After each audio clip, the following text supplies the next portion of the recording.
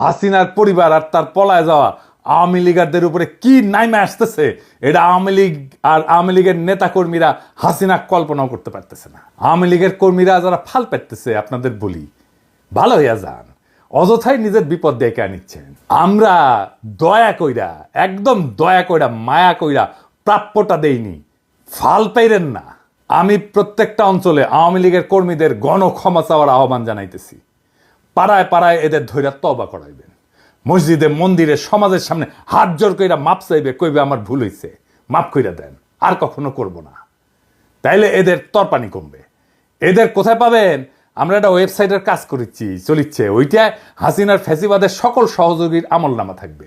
আওয়ামী লীগ, ছাত্রলীগ, যুবলীগের সব কমিটির নাম থাকবে, ছবি সহ, রেফারেন্স সহ, নাম ধরে ধরে সার্চ করা যাবে, বাংলা এবং ইংরেজিতে বিভিন্ন ক্যাটাগরিতে থাকবে।